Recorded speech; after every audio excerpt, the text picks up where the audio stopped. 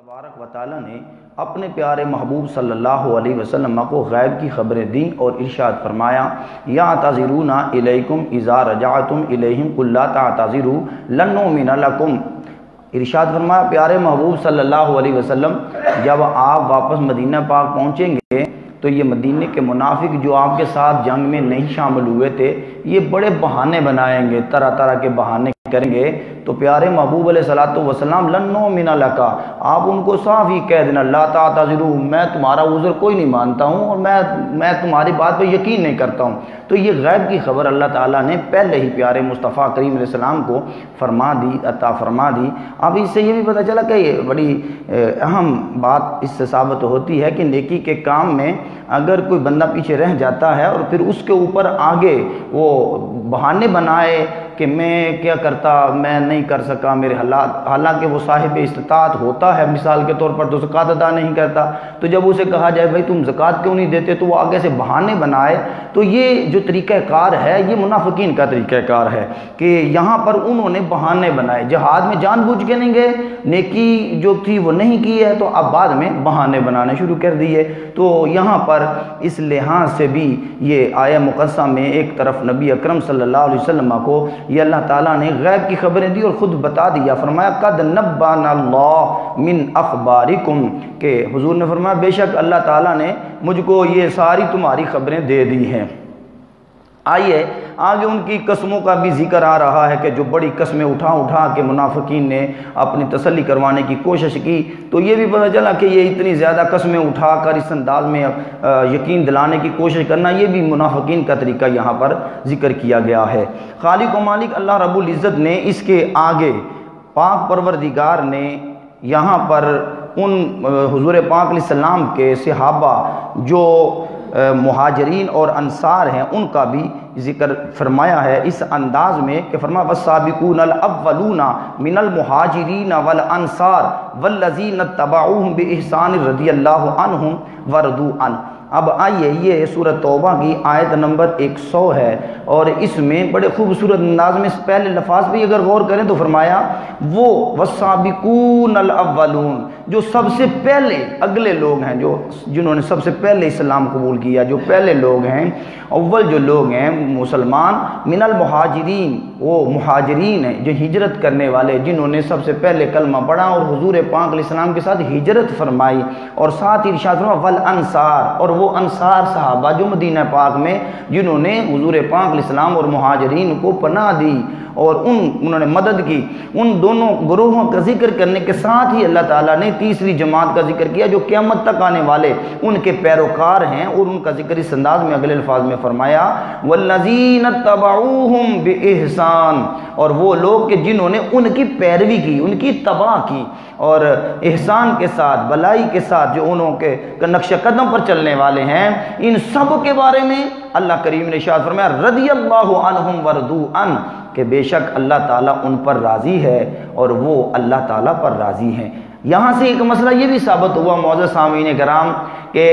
اکثر یہ اختلاف پایا جاتا ہے، لوگ کہتے ہیں کہ صرف رضی اللہ تعالیٰ عنہ بس صحابہ کرام رضوان اللہ علیہم اجمعین کے لیے ہی ان کے نام کے ساتھ بولا جاتا ہے، اگر کوئی کسی اولیاء کاملین جو کامل صالحین بندے ہیں، مومنین بعد والے قیامت تک آنے والے، ان کے لیے جو ہے رضی اللہ عنہ بولنے سے جو منع کرتے ہیں، تو یہ آیت سب مومنین کے لیے بتا رہی ہے کہ اللہ تعالیٰ نے خود ان کو قرآن میں رضی اللہ عنہ کہا ہے، بشرطے کہ وہ صحابہ اور مصطفیٰ کی اطاعت اور فرما برداری کرنے والے ہوں۔ تو اللہ تعالیٰ نے یہ آیت کی ترتیب بھی دیکھے کتنی کمال کی ہے، اس میں پہلے مہاجرین کا ذکر ہے اور پھر یہ بھی ہے کہ والسابقون الاولون کے لفظ نے بتایا کہ کوئی یہ نہ سمجھے کہ اول ہونا پہلے نمبر پہ یہ کوئی بڑا اللہ تعالیٰ کا کرم نہیں ہے، اس کا بڑا فضل ہوتا ہے کہ جو پہلے ایمان لے آئے، اور پھر ساتھ بتایا کہ اس کے جو اول نمبر پہ صحابہ کرام کی جو جماعت ہے جن کی افضلیت ہے وہ مہاجرین ہے، کہ ترتیب بتا رہی ہے کہ اللہ تعالیٰ نے پہلے مہاجرین کا ذکر کیا، اس کے بعد پھر انصار کا ذکر کیا۔ اچھا یہاں قابل غور بات یہ ہے کہ مہاجرین انصار سے افضل ہیں، اس پہ اختلاف بھی نہیں ہے، اور یہ آیت بھی بتا رہی ہے جب انصار سے صحابہ سے مہاجرین افضل ہیں تو اب سوال یہ پیدا ہوتا ہے ہجرت کرنے والے ہجرت کر کے آئے تو وہ افضل جماعت ہے۔ تو جس نے مصطفیٰ کو کندھوں پہ اٹھا کے ہجرت کی ہے وہ یار غار بن سارے مہاجرین سے بھی افضل ہے، کہ جن کو یہ اعزاز ملا کہ انہوں نے حضور پاک علیہ السلام کے ساتھ ہجرت فرمائی ہے۔ مکرمی و محترمی حضرات، ان سب کا ذکر کر کے نا اللہ تعالیٰ نے ان کے انعام کا بیان فرمایا کہ ان سب کے لیے وَأَعَدَّ لَهُمْ جَنَّاتٍ تَجْرِي مِن تَحْتِهَا الْأَنْهَارُ خَالِدِينَ فِيهَا أَبَدًا ذَلِكَ الْفَوْزُ الْعَظِيمُ۔ فرمایا کہ ان سب کے لیے اللہ تعالیٰ نے جنت تیار کی ہے، اس کے نیچے نہریں جاری ہیں اور اس میں ہمیشہ رہنے والے ہیں، اور یہ کامیاب لوگ ہیں، انہوں نے کامیابی پائی ہے۔ مکرمی و محترمی حضرات، آئیے تھوڑا آگے چلتے ہیں اور یہاں پر ایک بات بڑی اور محبت والی سماعت کیجئے کہ میرے مصطفیٰ کریم صلی اللہ علیہ وسلم نے حضور نے یہ جو غزوہ تبوک میں صحابہ شامل کچھ نہ ہوئے تھے، اور اس میں 3 گروہ تھے، ذرا خلاصہ سن لیجئے۔ 3 گروہ تھے، ایک منافقین کا تھا جو سرے سے ہی وہ نہ گئے اور انہوں نے قسمیں اٹھائیں، تسلی دینی شروع کی، اور کچھ وہ صحابہ بھی تھے کہ جو کسی مجبوری یا عذر کی وجہ سے یا ان کو جو ہے کوئی نہ کوئی کسی چیز نے روک دیا تھا، اور وہ پھر بعد میں بھاگ کے جا کے راستے میں تبوک کے شامل ہو گئے یا تبوک میں پہنچ گئے یا راستے میں حضور اکرم صلی اللہ علیہ وسلم کے ساتھ ملے۔ تو ایک ان میں سے کچھ وہ بھی صحابہ تھے کہ جن سے اس مقام پر وہ جو ہیں انہوں نے عذر نہیں کیا، وہ رہ گئے تھے پیچھے لیکن انہوں نے عذر کوئی نہیں کیا۔ اب ان کا آگے ذکر آئے گا، اب یہ ذہن میں رکھیے گا۔ تو اس موقع پر جو رہ گئے تھے ان میں ایک سے ابھی وہ تھے کہ ان کا باغ تھا، باغ سنیے گا ذرا، ایمان فروز واقعہ ہے۔ ان کا باغ تھا اور باغ بالکل پھل تیار تھے۔ تو آپ سمجھتے ہیں کہ جب پھل تیار ہو، محنت کی ہو، تو پھر بالکل باغ کا پھل اتارنا ہو تو یہ ایک معاملہ ہوتا ہے۔ تو ان کا باغ کہتے ہیں لاکھ روپے کا کم از کم، جو بتایا تفسیر میں کہ کافی مالی اعتبار سے بھی وہ بڑا قیمتی تھا۔ تو انہوں نے اس وجہ سے وہ شامل نہیں ہوئے تھے۔ بعد میں نہ اپنے نفس کو مخاطب کر کے کہنے لگے کہ یہ باغ اس کی وجہ سے میں آج رسول اکرم صلی اللہ علیہ وسلم کے ساتھ جنگ میں شامل نہیں ہوا، ارادہ کر لیا، کہا آج کے بعد تجھے نہیں رکھوں گا اپنے پاس، اور اس باغ کو اللہ تبارک و تعالیٰ کی رضا کے لیے وقف کر دیا، راہ خدا میں خرچ کر دیا۔ اور اس طرح کے واقعات ہیں کہ صحابہ اکرام رضوان اللہ علیہم اجمعین نے جب کچھ مال لے کر حضور پاک علیہ السلام کی بارگاہ میں آئے تو اس موقع پر حضور نے فرمایا مجھے حکم نہیں ہے، میں تم سے مال نہیں لوں گا۔ اب آئیے آیت سنیے، شان نزول کے اس کا میں نے سامنے رکھا ہے آپ کے۔ ارشاد فرمایا محبوب صلی اللہ علیہ وسلم خذ من اموالہم صدقہ، آپ ان سے لے لیجئے، صدقہ جو کر رہے ہیں، خود پکڑ لیں، لے لیں، محبوب وصول فرما لیں، جو اموالہم وہ اپنا مال صدقہ، تطہرہم محبوب ان کا مال پاک کر دیں، تطہرہم ان کو، تطہرہم ان سب کو مال لے کر ان کو پاک کر دو، طہارت عطا فرما دو، وتزکیہم اور ان کو خوب پاکیزہ کر دو۔ اور پھر ارشاد فرمایا پیارے حبیب صلی اللہ علیہ وسلم وصلی علیہم، آپ ان کے لیے دعا بھی کر دو۔ اب اندازہ فرمائے دعا قبول کس نے کرنی ہے؟ اللہ تعالیٰ نے۔ تو حضور کو خود رب فرما رہے محبوب آپ ان کے لیے مجھ سے مانگو، دعا آپ کرو، گویا کہ رب عطا کرنا چاہتا ہے، اور خود فرما رہے محبوب تم مانگو، دینا میں بھی چاہتا ہوں لیکن تیرے ذریعے سے دینا چاہتا ہوں، تو ان کے لیے مانگ مجھ سے۔ اور میرے محبوب صلی اللہ علیہ وسلم تمہارا دعا کرنا ان صلاتک سکن لہم، ان کے لیے چین اور قرار ہے۔ جب تم ان کے لیے دعا کر دو گے تو ان کو سکون آ جائے گا، چین اور قرار نصیب ہو جائے گا۔ مال کس کے لیے بندہ دیتا ہے؟ راہ خدا میں دیتا ہے تو اللہ کے لیے دیتا ہے۔ تو حضور کے ذریعے سے یہ بھی مسئلہ پتہ چلا کہ وہ صحابہ ویسے ہی اللہ کے لیے وقف کر دیتے، خرچ کر دیتے، لیکن رب کہتا ہے محبوب آپ ان سے لو اور اپنے ہاتھوں سے خرچ کرو، اپنے ہاتھوں سے دو۔ تو اس سے یہ بھی پتہ چلا کہ صحابہ کرام رضوان اللہ علیہم اجمعین کا بھی یہی طریقہ مبارک تھا، مال دینا راہ خدا میں ہی ہے لیکن چاہتے تھے ہمارا مال مصطفیٰ کے ہاتھوں سے جائے اور اس سے ہمیں برکت حاصل ہوگی۔ مکرمی و محترمی حضرات آگے ارشاد فرمایا واللہ سمیع علیم، بے شک اللہ تعالیٰ سننے والا ہے اور جاننے والا ہے۔ آگے خالق و مالک اللہ رب العزت نے اپنے پیارے محبوب پاک صلی اللہ علیہ وسلم کے مدینہ پاک کے اس منظر کو بیان کیا ہے کہ جو منافقین تھے انہوں نے کچھ آگے سازشیں کفار کے ساتھ مل کر شروع کر دیں۔ ایک کافر نے ان کو جو ہے اس انداز میں آ کر کے کہا کہ تم یہاں پر رہتے ہو، اس طرح تم کامیاب نہیں ہو سکتے، کیونکہ مسلمان اب طاقت میں بھی ہیں اور اس طرح مدینے میں منافقوں تم کامیاب نہیں ہوگے، لہذا تم بھی اپنی ایک مسجد بناؤ اور اسی طرح جو ہے وہ بالکل اپنا علیحدہ مرکز بنا لو۔ تو انہوں نے ایک مسجد الگ بنائی منافقوں نے، جس کا ذکر اسی سورہ توبہ کی آیت نمبر 7 کے اندر ہے۔ خالق و مالک اللہ رب العزت نے اس طرح بیان فرمایا ہے اس موقع پر کہ والذین اتخذوا مسجدا ضرارا وکفرا وتفریقا بین المؤمنین وارصادا لمن حارب اللہ ورسولہ من قبل۔ اللہ فرماتا ہے کہ انہوں نے جو مسجد بنائی ضرارا، وہ نقصان والی، اور اس کی بنیاد جو رکھی تھی فرمایا وہ کفرن، وہ کفر کی بنیاد پر رکھی گئی ہے، اس کی بنیاد ہی ٹھیک نہیں رکھی ہے، منافقت کی بنیاد پر رکھی گئی ہے۔ وتفریقا، اور وہ فرقہ ڈالنے کے لیے رکھی گئی ہے، اس کی بنیاد کا مقصد صرف فرقہ پھیلانا ہے اور تفرقہ انتشار پھیلانا ہے، بین المؤمنین، مومنوں کے درمیان، مومنوں کو فرقے میں ڈالنے کی سازش کرنا ہے۔ وَإِرْصَادًا لِمَنْ حَارَبَ اللَّهَ وَرَسُولَهُ، اور اس کے انتظار میں جو پہلے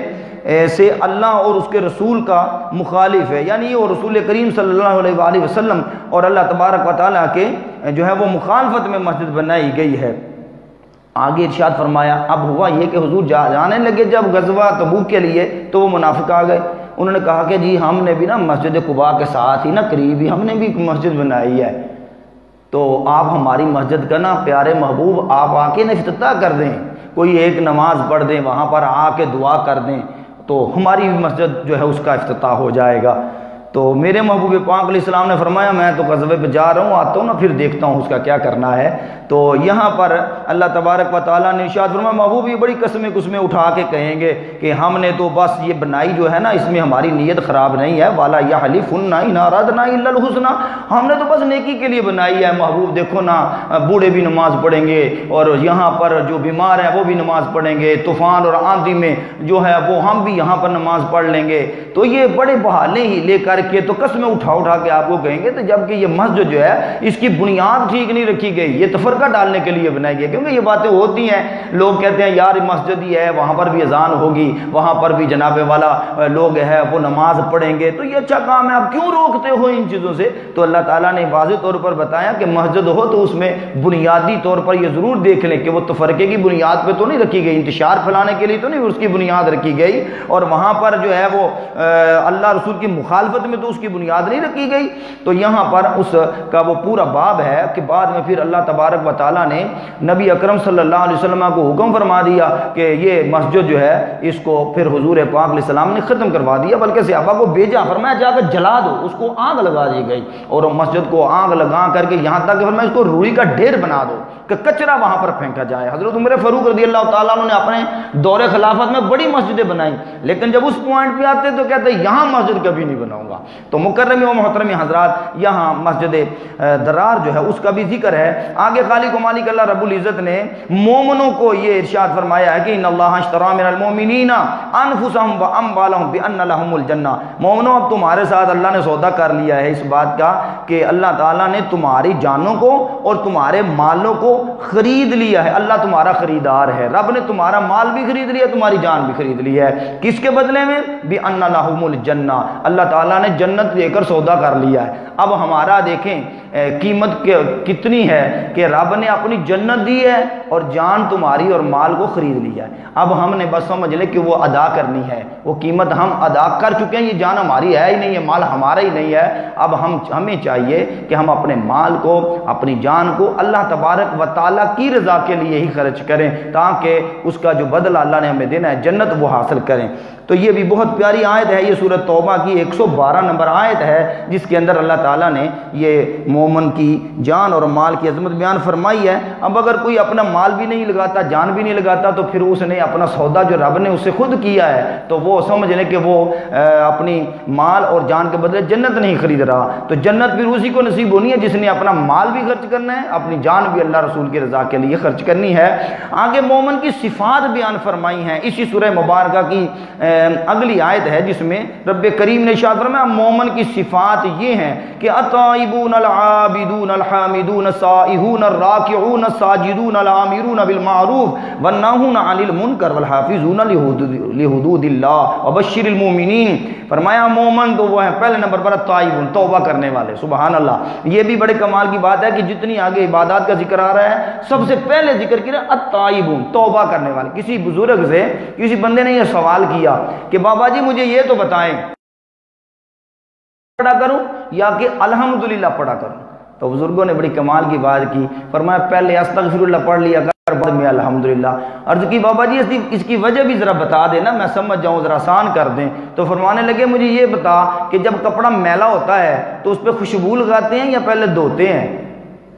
کپڑا میلا ہو جائے یا بدن میلا ہو جائے تو پہلے اس کو دھوتے ہیں یا اس کے اوپر خوشبو وغیرہ لگاتے ہیں؟ تو عرض کرنے لگا بابا جی پہلے تو دھوتے ہیں، خوشبو بعد میں لگائی جاتی ہے. تو فرمانے لگے یہ استغفر اللہ دھونا ہے اور الحمدللہ خوشبو لگانا ہے. تو بعد میں اللہ تبارک و تعالیٰ کا ذکر کرنا، عبادت کرنا، اوراد و وظائف، باقی سارے معاملے. فرمایا پہلے نمبر پہ استغفر اللہ کر کے اللہ سے معافی مانگ، توبہ کر. اور توبہ جو ہے یہ سمجھو یہ دھونا ہے اپنے جسم کو اور اپنے بدن کو اور اپنے باطن کو صاف کرنا ہے. تو اس کا آغاز میں ذکر کیا التائبون العابدون، اور توبہ کرنے والے ہیں مومن اور عبادت کرنے والے، والحامدون اللہ تعالیٰ کی حمد بیان فرمانے والے، والصائحون اور روزہ رکھنے والے، روزے والے، الراکعون اور وہ رکوع کرنے والے، الساجدون اور وہ سجدہ کرنے والے. اور آگے ارشاد فرمایا الآمرون بالمعروف اور وہ بلائی کا حکم کرنے والے، والناہون عن المنکر اور وہ برائی سے روکنے والے، والحافظون لحدود اللہ اور وہ اللہ کی حدوں کی حفاظت کرنے والے. یہ ساری صفات بیان کر کے آگے فرمایا مومنو تمہیں بشارت ہے، وبشر المؤمنین تمہیں بشارت ہے. رب بشارتیں دے رہا ہے. اب ایماندار جی سوچیں کہ یہ ساری صفات بیان فرمائی ہیں، توبہ کرنے والے، عبادت کرنے والے، حمد بیان کرنے والے، روزہ رکھنے والے، رکوع کرنے والے، سجدے کرنے والے اور نیکی کا حکم کرنے والے، برائی سے روکنے والے. تو اگر یہ ساری چیزیں پائی نہ جائیں تو رب تو کہتا ہے مومن یہ ہوتا ہے. میرے ابا جی یہاں قبلہ ایک مثال مجھے سنایا کرتے تھے کہ کسی بندے کو کہا، اس کے بیٹے نے، کسی نے، استاد نے بچے کو کہا کہ بیٹا آپ مجھے ایک شیر کی تصویر بنا کے دکھاؤ، تو مثال سمجھانے کے لیے. تو اس طرح کر کے خلاصہ مختصر. تو جب وہ اپنی قلم اس کے بازو کے اوپر یا ہاتھ پہ رکھی تو پوچھا کہ کیا بنانے لگے ہو؟ کہا میں شیر کا سر بنانے لگا. یہ رہنے دو، کچھ اور بناؤ. پھر دوبارہ جب بنانے لگے، قلم رکھی اس کے ہاتھ کے اوپر، تو اب پوچھا کیا بنانے لگے ہو؟ کہا میں اس کی ٹانگیں بنا. کہا یہ بھی رہنے دو. پھر دوبارہ تیسری مرتبہ جو شروع کیا، پوچھا اب کیا بنانے لگے ہو؟ کہا میں شیر کا پیٹ بنانے لگوں. کہا اس کو بھی رہنے دو. اس کو غصہ آ گیا، کہنے لگا میرے پاس ایسا شیر کوئی نہیں ہے کہ جس کا سر بھی نہ ہو، پیٹ بھی نہ ہو، ٹانگیں بھی نہ ہو. کیسے مسلمان ہیں؟ نماز نہیں ہے، روزہ نہیں ہے، عبادت نہیں ہے، اگر سجدے نہیں ہیں، اگر عبادات نہیں ہے، نیکی کا حکم نہیں ہے، برائی سے روکنا نہیں ہے، تو پھر سوچنا ضرور ہے کہ ایمان والے کی صفت یہ ہے کہ اس کے اندر یہ ساری چیزیں ہوتی ہیں اور اللہ تعالیٰ ایسے مبارکیں عطا فرماتا ہے. مکرمی و محترمی حضرات، آئیے تھوڑا سا اسے آگے چلتے ہیں. رب تبارک و تعالیٰ نے کس طریقے سے کھول کھول کے مسلمانوں کی، مومنوں کی عظمت اور شانوں کو بیان کرتے ہوئے ساتھ ہی آگے ارشاد فرمایا سورۃ توبہ کی آیت نمبر 119 میں، یا ایھا الذین آمنوا اتقوا اللہ وکونوا مع الصادقین. ایمان والے وہ ہیں. اور کس طرح خطاب فرمایا کہ فرمایا اے ایمان والو اتقوا اللہ، اللہ سے ڈرو، اور وکونوا مع الصادقین جو سچے لوگ ہیں، صادقین ہیں، ان کے ساتھ مل جاؤ. اور یہ بھی بتا رہی ہے کہ کامیابی جو ہے وہ سچے لوگوں کے ساتھ ملنے کے ساتھ ہے. اور اگر کوئی سچے لوگوں سے ہٹ کر کے اپنا کوئی علیحدہ گروہ بنائے اور کہے کہ میں سچا ہوں، میں بابوں کو نہیں مانتا، تو سمجھ لو وہ پلے درجے کا جھوٹا آدمی ہے. کیونکہ سچوں کے ساتھ ملنے کا حکم اللہ تبارک و تعالیٰ نے خود ارشاد فرمایا. یہ سورۃ توبہ کی آخری آیات پہ ذرا غور کیجئے گا. یہ اتنی کمال، ویسے تو ہر حرف ہی بڑا کمال کا ہے، لیکن یہاں یہ خاص طور پر ہے کہ ہمارے پیارے مصطفیٰ کریم علیہ السلام کو امت کی کتنی فکر ہے، حضور کو کتنا امت سے پیار ہے، امت سے کتنی ہمدردی ہے. اللہ تعالیٰ نے اس کا ذکر اس مقام پہ بیان فرمایا. لقد جاءکم رسول من انفسکم عزیز علیہ ما عنتم حریص علیکم بالمؤمنین رؤوف الرحیم فإن تولوا فقل حسبی اللہ لا الہ الا هو علیہ توکلت وهو رب العرش العظیم. البتہ تحقیق آئے تمہارے پاس پیارے رسول صلی اللہ علیہ وسلم کہ جو من انفسکم، تمہیں میں سے، فرمایا بے شک تمہارے پاس تشریف لائے تم میں سے وہ رسول کہ جو عزیز علیہ ما عنتم، جن پر تمہارا مشقت میں پڑھنا بہت گراں ہے، تم مشقت میں پڑھو نا ان کو گوارا نہیں ہوتا، اور وہ ایسے پیارے محبوب ہیں صلی اللہ علیہ وسلم۔ حضور فرماتے ہیں میرا دل تو کرتا تھا کہ میں عشاء کو اتنا لمبا کروں کہ صبح فجر تہجد کا وقت صبح تک، لیکن مجھے پتہ ہے یہ میری امت پر بڑا گراں گزرے گا۔ حضور نے فرمایا میرا دل کرتا تھا میں ہر وضو